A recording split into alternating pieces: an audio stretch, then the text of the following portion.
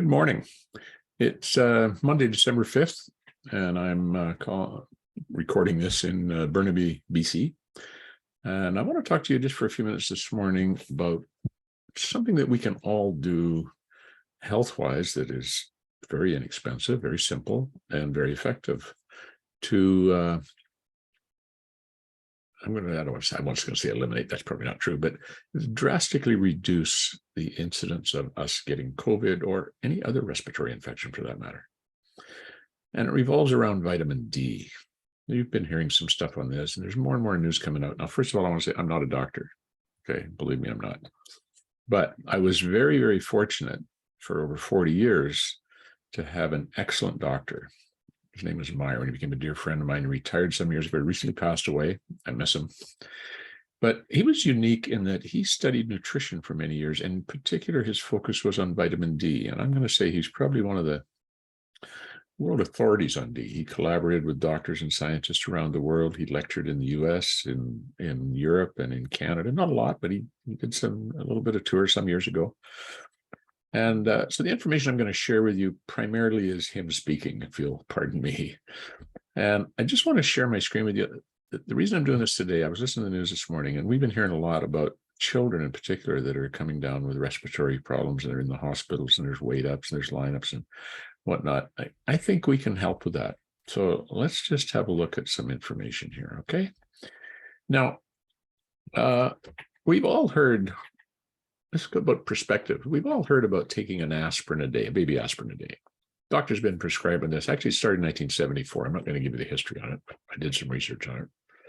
And if you've got high blood pressure, possibly prone for heart attacks and some other heart issues, doctors will willingly encourage everyone to take a baby aspirin, which has 81 milligrams of ASA, acetylsalicylic acid. Now, that's a foreign substance for our body. It's questionable how much benefit there is to our body. And this thing about taking this for heart patients now is being debunked. If you start looking and doing some research, they're saying, save your money, don't take it.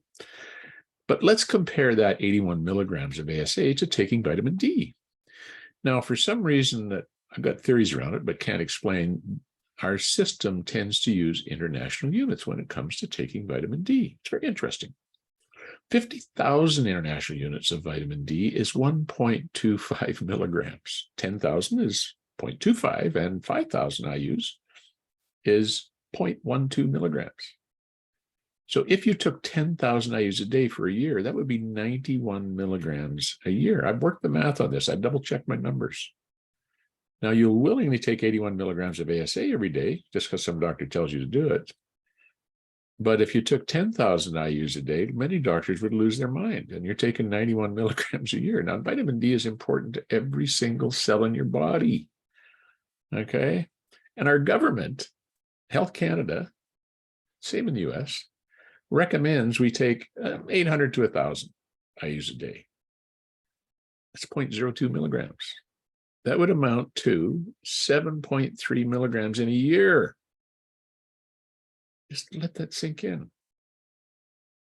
You know, they'll tell you to take 1,000 or 2,000 milligrams of vitamin C and others, but such a microscopic amount of D.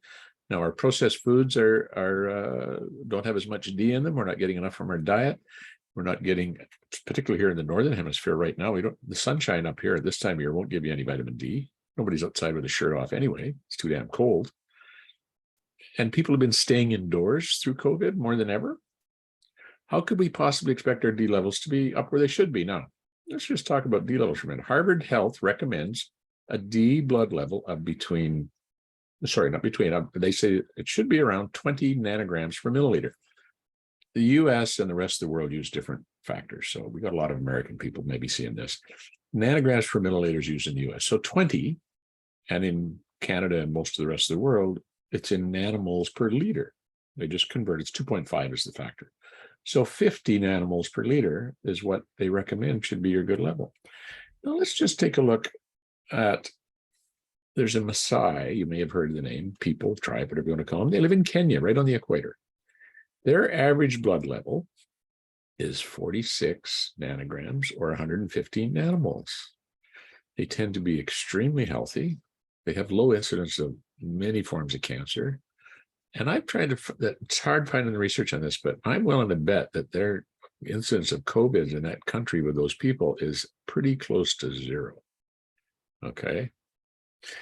So, just as a little point of interest, last time I had my level checked, which was a couple of years ago, it was 127 nanograms per milliliter, which is 318 nanomoles per liter. I haven't had a flu, a fever, a cold in, I don't know, 20, 30 years. I can't remember when. Haven't been jabbed. Haven't had any of those injections. And thank you very much. I'm healthy. This costs pennies, friends. This is very, very inexpensive. So for your children, adults too, but listen, let's take care of our children. Give them 800, no, 2,000 or 3,000 for little tykes. Okay. Do them a favor. Take the pressure off our medical system as well. I take on average about 20,000, 15 to 20,000 a day, have done for ages. My level's been way over 200 nanomoles per liter for years and years and years. Just think about it. Okay. Put this into perspective. People are not being told this. Okay. I'm going to shut up now. I thank you very much for paying attention for a few minutes, whatever it was. And I hope this helps. Okay. Cheers. Love you. Have a great day.